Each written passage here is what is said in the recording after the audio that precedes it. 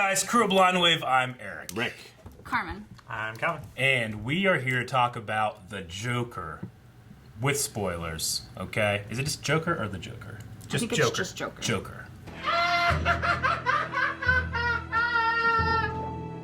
Because that's what he tells Murray. Yes. Yes. Okay, so we just got back from seeing it, and we talked a little bit non-spoiler wise, but I'm really interested to see what you guys felt like with the beats of this movie. Like, there was no like time when the Joker was normal, which is what I loved. He was just always insane. The most normal part that he was in the movie was when he was being talked to outside the hospital. True. Yeah, when it felt like he was putting on a mask, though. A performance. Yeah. Where, you know, you could see some of his tendencies leaking through, but you could also see, like, he was concentrating. Sure. I would want to start maybe with one of my favorite things of this movie is the idea, like, a Joker's performance hinges on the laugh. Mm-hmm. Right? Mark Hamill, Heath Ledger, Cesar Ramon, you know, they all have a very particular... Romero, I'm sorry. Yeah. They all have a very particular laugh. But Joaquin doesn't have one. But the idea that he laughs it's a condition. Yeah. He laughs. It's a compulsion. Which is I looked it up. That's a real thing, you know? Yeah. And I can imagine that being so torturous. Yeah. Not only because of society, but just painful. Like, I've laughed so much that it hurts. Yeah. And, like, what if you couldn't stop? I know. I've laughed during inappropriate times. I mean, there's something about tragedy that you're just, you know? Yeah. But, like, the uncontrollable, painful, coughing, getting your ass beat laugh that he goes through is something that as soon as I knew that that's what they were doing, I'm just filling in, like, everything in my head about, like, that's why he just embraces it later, you know? Yeah.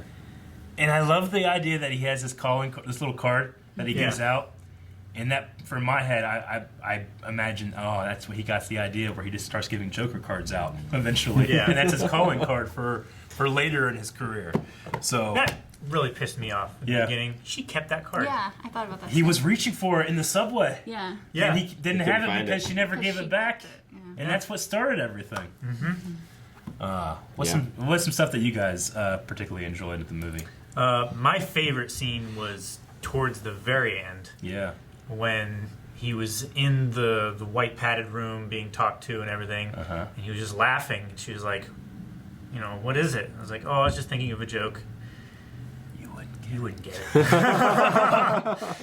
well, I think that's a good jumping off point, because there's a part of me that's like, okay, last 2 hours, was any of that real? Sure. No, yeah. Is the joke that he's telling, like, you know, me and Batman were born on the same day. Here, let me tell you. And, you know, because that was the same lady, right? I think it was the same It was just lady, just older. She was older. She was aged up. Or maybe I thought, maybe the joke is that the only way he could come and actually, you know, speak to somebody again is if he created this, you know? Because they took away funding from the city and everything, you know? Well, yeah, like at that one point, he asks that guy who's just like the admin assistant, like, how does one get in here? Yeah. Like, he wants to know. Exactly. Like, he knows there's something wrong, and there's... Yeah, and in that way, it's the perfect Joker story. Because just like the Killing Joke, you don't know if it's real. Yeah. And, like, it's an amazing story the way it was told, but it's twice as amazing because it might not be the story, you know? I wanted to ask, how was your guys' theater? Fine. Like, amount of people in response, because there was like probably 5 people. Yeah, there was well, in mine there were 5 people, but like at the end, like there was maybe two people with me, and we all fucking clapped. I was like, I've never clapped with this least amount of people. But like 2 people started clapping. I'm like, fuck it, I'll clap. That was great. It was like the best response with a small crowd I've ever had. Yeah. So anyway, I just thought that was really interesting. But yeah, like, getting to the end of the movie and the idea that, like, you know, is he telling the truth? I mean, Joker in The Dark Knight has 5 different versions of how he got these scars, you know? Is this just not real? But then, speaking of not real, like, as I was watching the movie, the most unbelievable thing with his girlfriend, I was like, were you following me? You know? and he's like, you know, and I'm thinking like, what the fuck? Yeah. I was like, that doesn't make any sense. But then, I was like, there's no way that works Right? out in his favor. I was like, who is this girl? And then Why he is just she like this? and then he just shows up at her doorstep and kisses her. Yeah. After not having said anything In a clown between. face. And it's Yeah. so brilliant Yeah. because you're like, okay, I guess that just happens. But we've already seen a scene whenever he's meeting the talk show host the first time, and it's so unbelievably, the reactions of everybody, it's unbelievable. And that sees, but you know, with the girl, I'm just like, that's just weird. She must be desperate. Then I think It doesn't And go then into she my lives head. in this apartment. Yeah. She doesn't have a great life. It didn't even come Yeah. into my head that that's not a real scene. That was the best part. But my favorite scene of the movie was when he was in her apartment and it was real until they went to the flashbacks. I hated the flashbacks. Yeah. Because it made You me didn't feel need it. like, you Yeah. didn't need it, and you've trusted the audience up to this point. I Yeah. agree. But until that was my favorite scene in the movie. Yeah. It was so intense and it was so scary. It was that scary. Yeah. Scene. I just. Did he kill her? I don't That's know. what That- because you know, I the killed her? police showed up after. Yeah. Like he was back in his apartment, then you see the police sirens outside. Yeah. So I didn't know Okay. if that was like for that. I love it. Or when just I because know. they were looking Yeah. for him before that Yeah, anyway. exactly. Yeah. I don't know. It's a hell It's of a like movie, man. up to you to Yeah. decide. Like And that's why I like it takes you to these places, like you does. said. It takes you down this dark alley, and then it leaves you there, and you have to find your own way out, and you have to make your own sense of it, and that is what drives you crazy watching Yeah. this movie. Because, like, our protagonist is this crazy, unreliable, sympathetic, Yeah. evil, but out. not evil because, you know, who can blame him? But yeah, everybody should. You know, like, I kept Yeah. going back and forth between, like, you know, it's that classic thing, like, is a tornado evil? No, we ascribe it a lot of like evil intentions. You know, it destroys houses, it kills people, pets are gone. You know, but the tornado was just a thing. It didn't. You know, it was created. It existed. It's more like, is a nuclear bomb evil? Exactly. Because it was something that was created by people. Yeah. And I think the same way with this Joker character, it was created by Yeah. his mother and everyone else that he ever Her met in boyfriend. his life. Yeah, man. So there's a part of you that's like, well, I sympathize. And then I was like, when I went home last night, I'm like, am I wrong to sympathize? Because this is this evil character. Well, and also, like, you know, it is talking about how the rich are looking down on everyone, and, like, that's something that's easy to identify with. It is. Unless you're rich. Yeah. It is. But the thing is that all of that, like, that was the disease, and Joker was the infection that comes from being in a diseased area. You know, like, he didn't care about any of that. It was just about the joke, about his fantasy, about his insanity. Like, I love the scene where he gets rid of the detectives by going into the train, and Yeah. it's already there, and like, the Joker comes from the disease Gotham. The disease Gotham isn't caused by the Joker. That's so good. Yeah. You know? It's so, like, spine-tingly good. Yes. When do you think this movie took place? Like, I kept getting, like, an 80s vibe. I thought it was more thought like so too, the based on, like, 30s, cars though. and Yeah. stuff. I don't know, because there were, like, silent movies and, like, old-timey looking theaters. Yeah. It felt much older than the 80s to me. Yeah. I feel like the I mean, cars were like 80s. the cars were like Late late 70s. 70s, Early 80s, but The fashion. I think the ma- fashion was. The fashion I mean, was that is almost Gotham, like though, now, too. though. Because, like, the outfit that, I can't remember her name, his, like, girlfriend Yeah. wore, like, that was, like, It something you seemed would wear today. contemporary, yeah. Well, it kind I of gave it kind- like a timeless feel to it, honestly. I kind of feel like whenever they were concentrating on the rich stuff, Yeah. it was like the prime of America. Yeah. Old-timey. Like flappers and stuff. Like, even the way Bruce dressed and Yeah. stuff. Yeah. And then, like, whenever it was showing Gotham, like the underbelly of it, it was more maybe 80s or 90s. I'm still affected a little bit. Yeah. Because that performance he put on was so great. Like, dude, the scene where he's in the subway, he has the gun, those three guys are picking on that girl, and you're like, come on, Joker, be a hero. I'm thinking in my head. I'm like, what? And he looks at the girl almost like, sorry, you know? Yeah. She takes off as soon as they focus on him. Like, the uncontrollable laughter is such a interesting thing because in my head I'm connecting dots to like what he will be like in the future, you know, with this uncontrollable laughter that he just eventually gives into, and everything's a joke, you know. There's so many scenes where it's just a close up on him, and it's dozens of seconds of him laughing in one take. Yeah, and you can't look away. And it's pain. It's like laughter, but it's pain. I don't know. Like you can hear there's him, no joy in it. You can hear him bottoming out his lungs and coughing and almost retching. Like in some takes, you can hear him actually forcing air into his stomach and burping afterwards. Yeah. Like, it's very visceral. Very visceral. But that scene in particular, like, because, you know, obviously movies sometimes have bullies. I can't believe these bullies exist in the world, but there are going to be bad bullies. And I know those are going to be out. They're going to be out there. But, like, I was like, all right, these three guys, you know, damn, he's going to get beat down and get turn. Yeah. The Joker snapped, you know? And I'm like, oh, there you are, Peter. Kind of. I had a hook moment where I was like, oh my God, man, that was spine tingling. The only one I expected was the one guy that gave him the gun. But every other time, my jaw was just dropped every time he killed someone. Yeah, I mean, you know, when he pulled out like the scissors. The scissors, yeah. And you're like, yeah, he's gonna kill him. But the kind of like dark comedy bit with the luck, with the little person, like, it was both like, I don't know, it was like set up as if to laugh. Yeah. But you're horrified. And as I'm watching that, I'm thinking, like, that's what it's like to be the Joker. It's all funny, but none of it's funny, you know? Yeah. Yeah, like when he said, like, I haven't been happy a day in my life. Yeah. It like, goes into that dark side of you that, like you were saying before, when you're in a tragedy and you want to laugh. Yeah. And you know, like, your brain is saying, don't laugh, because you shouldn't do that. But you just can't control it. Yeah. Mm-hmm. It's crazy, man. Like, it's insane that we've had a character like this, iconic villain of comic books that's had so many portrayals that are iconic themselves. Yeah. I mean, it's so individual. Yeah. Like, I can pick up Mark Hamill, you know, Batman, like, hello, Batman, you know?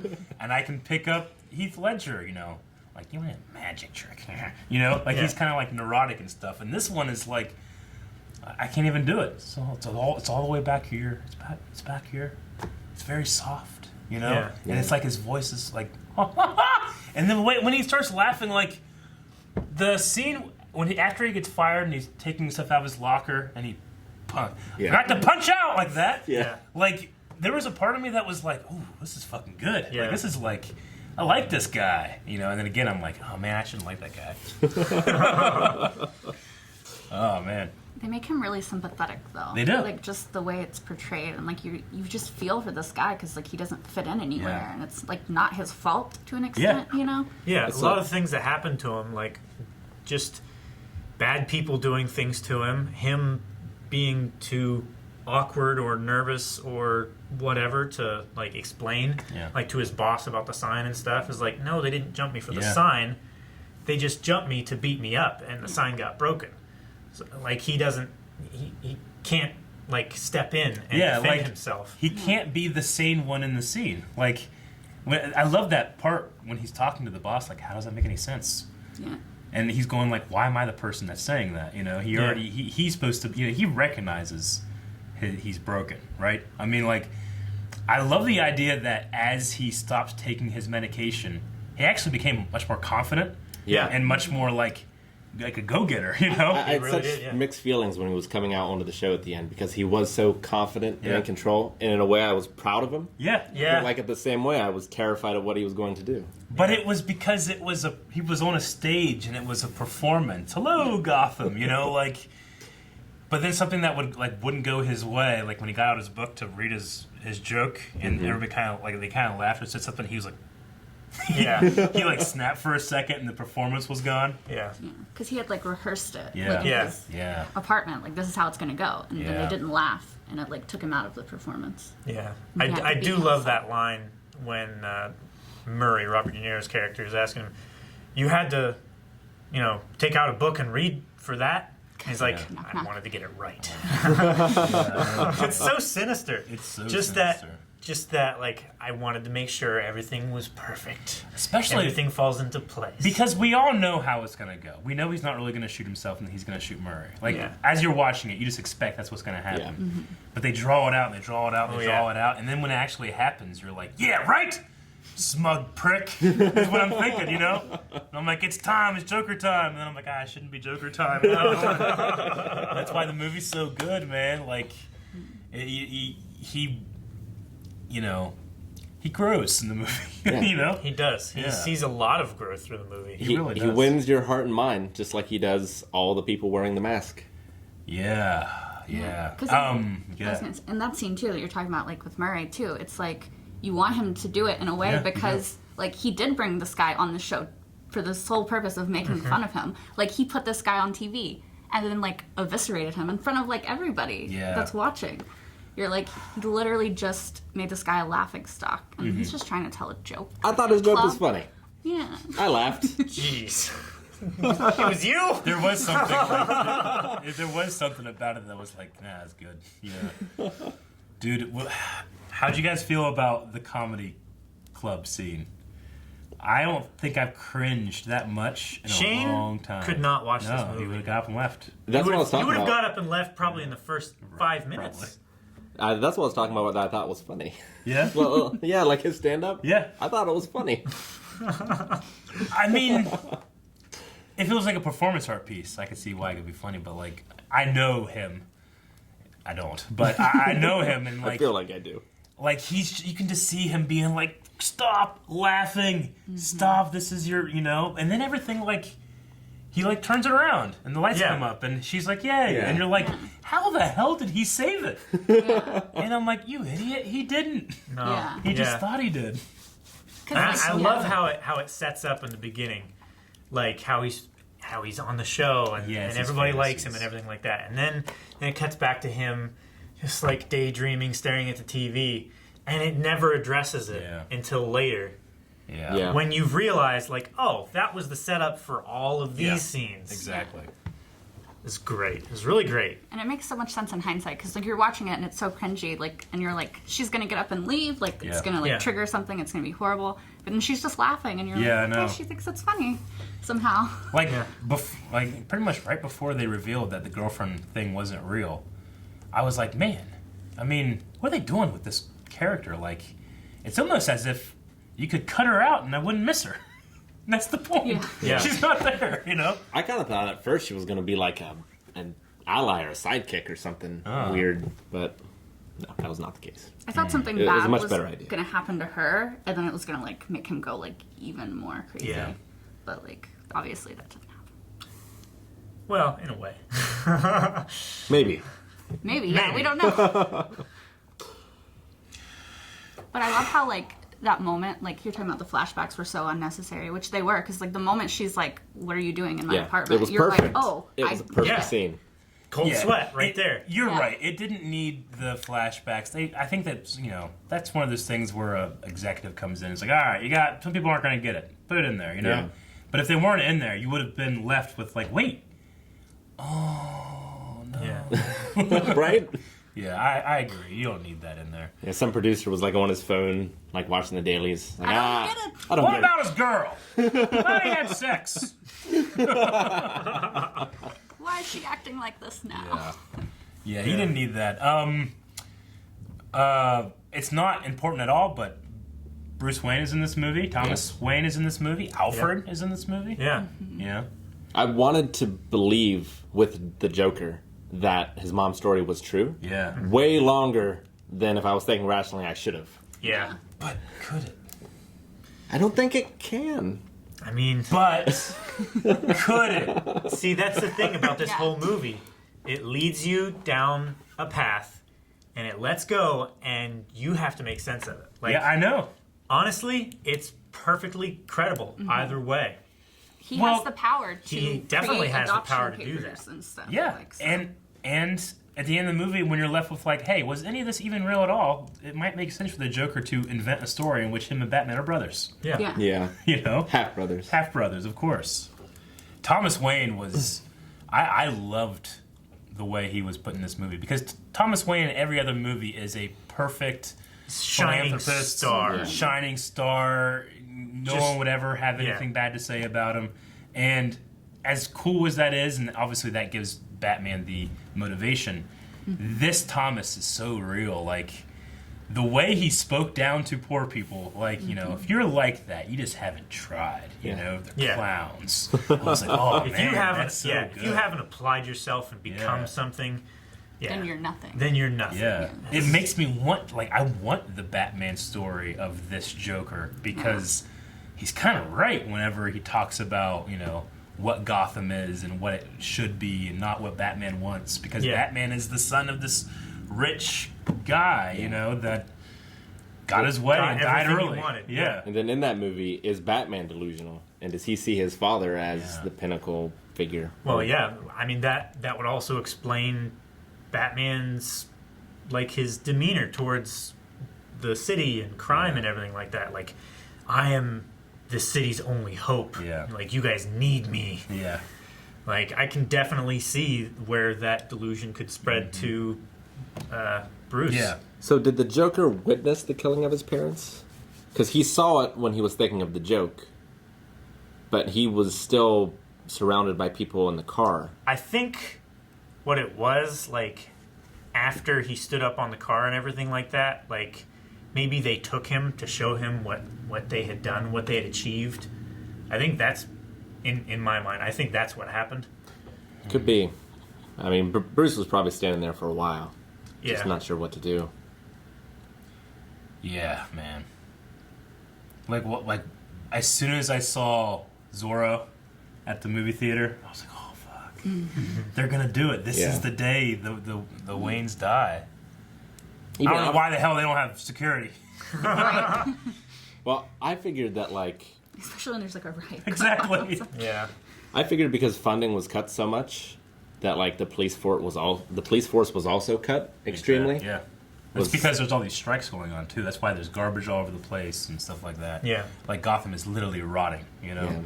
Yeah. And which they did really good, like, peppering that in through the thing. You know, Murray talking about his son and stuff like that. I quickly mentioned it in the non-spoiler review, but, like, the beginning of the movie is all, like, if you ever see the sky, it might be, like, this much. It's all claustrophobic, and he's all hunched, and as the movie goes on, the camera tilts up and gets a little wider, and he's freer, and is, you know, now that he's not taking his medication, he's more himself, which is nothing, which isn't anything, you know? There was a really cool, like, I don't know, I just loved the way the camera in this, like, moved and opened up to show you, like, the loss of sanity is freedom.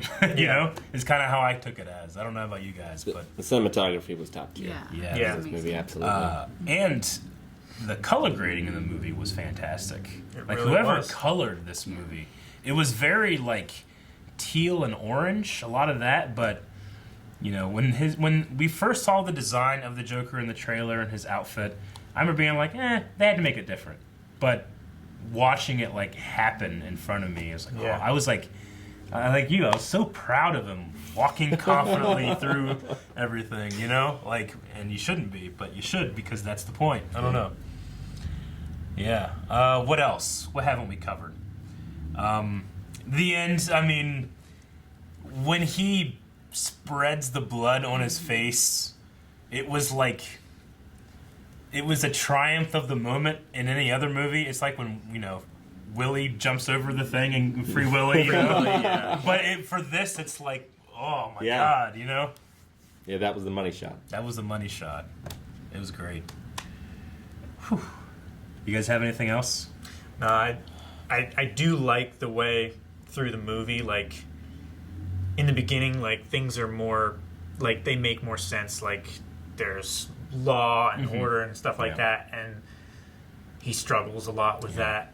And you see, like, as he stops taking his medication and more terrible shit starts happening, like, things start making sense to him more, because this is the humor that you know, or this is what he finds humor in, like this kind of thing. So things are finally being funny.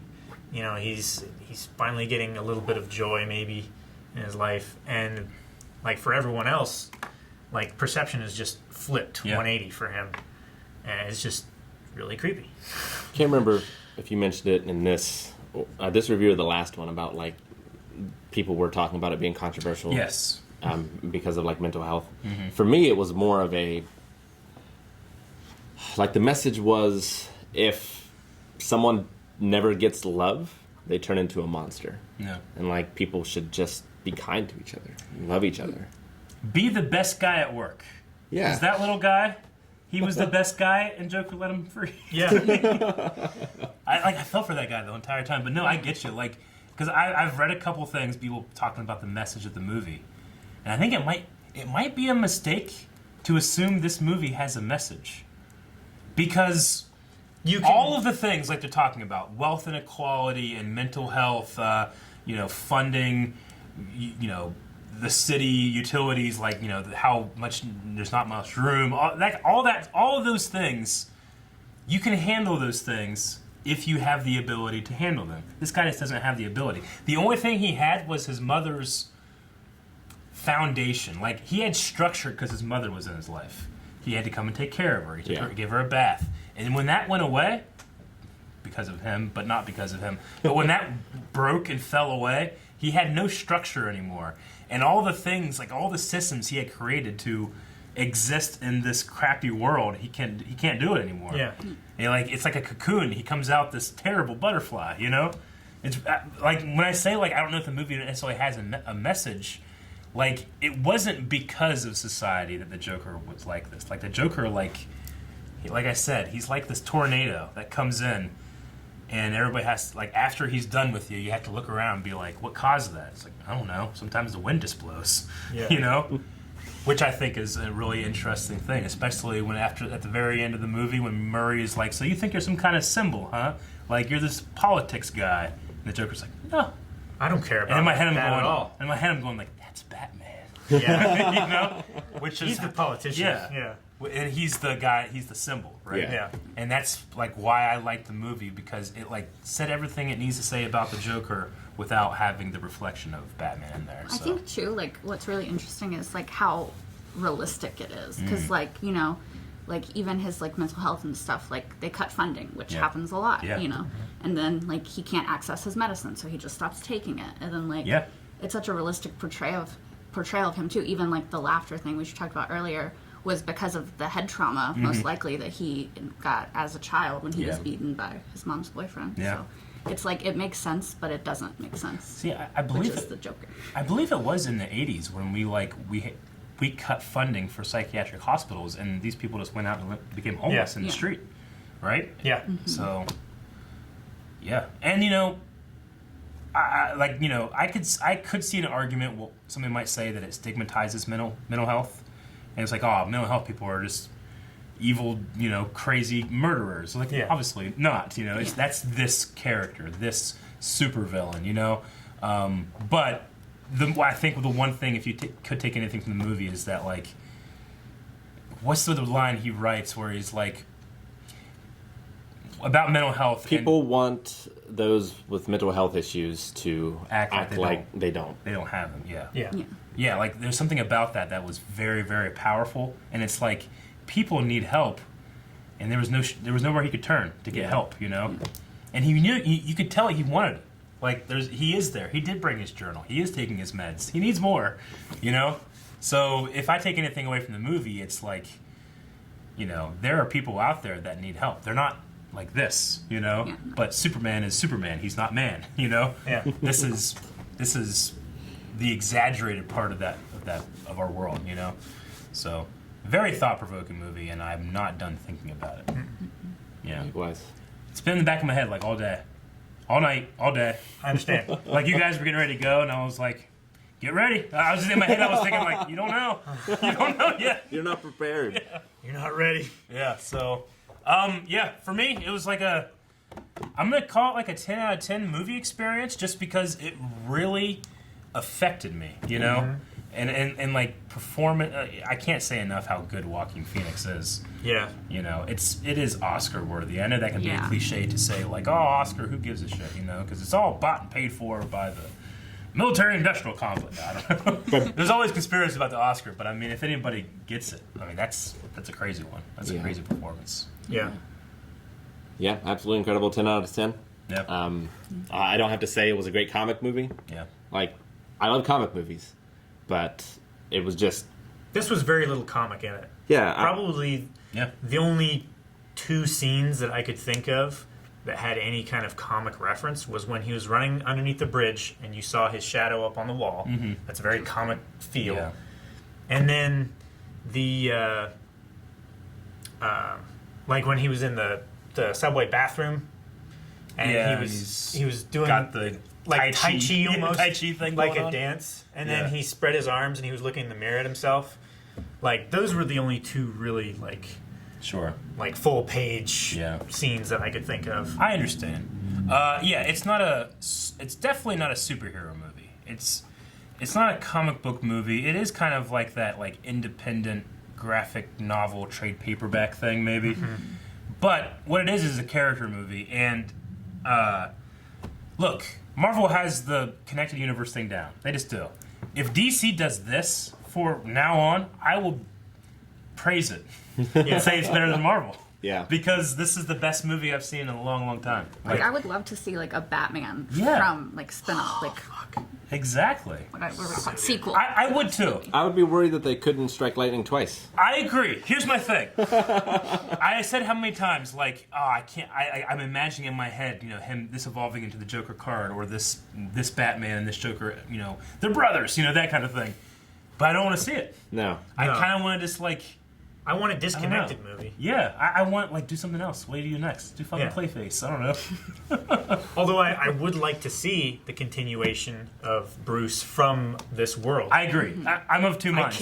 I can't not want it. But I do want something else because this was something very else from what we've seen before. I love the idea of them doing these character pieces and like if we can't beat Marvel, don't try. Yeah. Do something different. And this movie was different, man. It was low budget, and it was just well crafted. It was very like the filmmaking is strong. It's I love not how in almost every shot you have something like blocking the top of the frame, like a bridge going across or a walkway, creating a new frame within the frame. And also like the scene where he's walking up the steps after going to work and stuff like that. Like, I feel like that was built between 2, 15-story buildings. Just scaffolding with stairs going up. It's so long. I get you. It's such a good visual aesthetic of him just drudging through on his way home to his mom. Agreed. Great movie. Yeah, I think we've talked enough. Go watch it again. Yeah. I bet you, next week I'll think completely differently. Because there's so many avenues to go down this movie, So... If we had time, we would just keep talking about it. But Yep. But we will drive ourselves insane. No one wants that.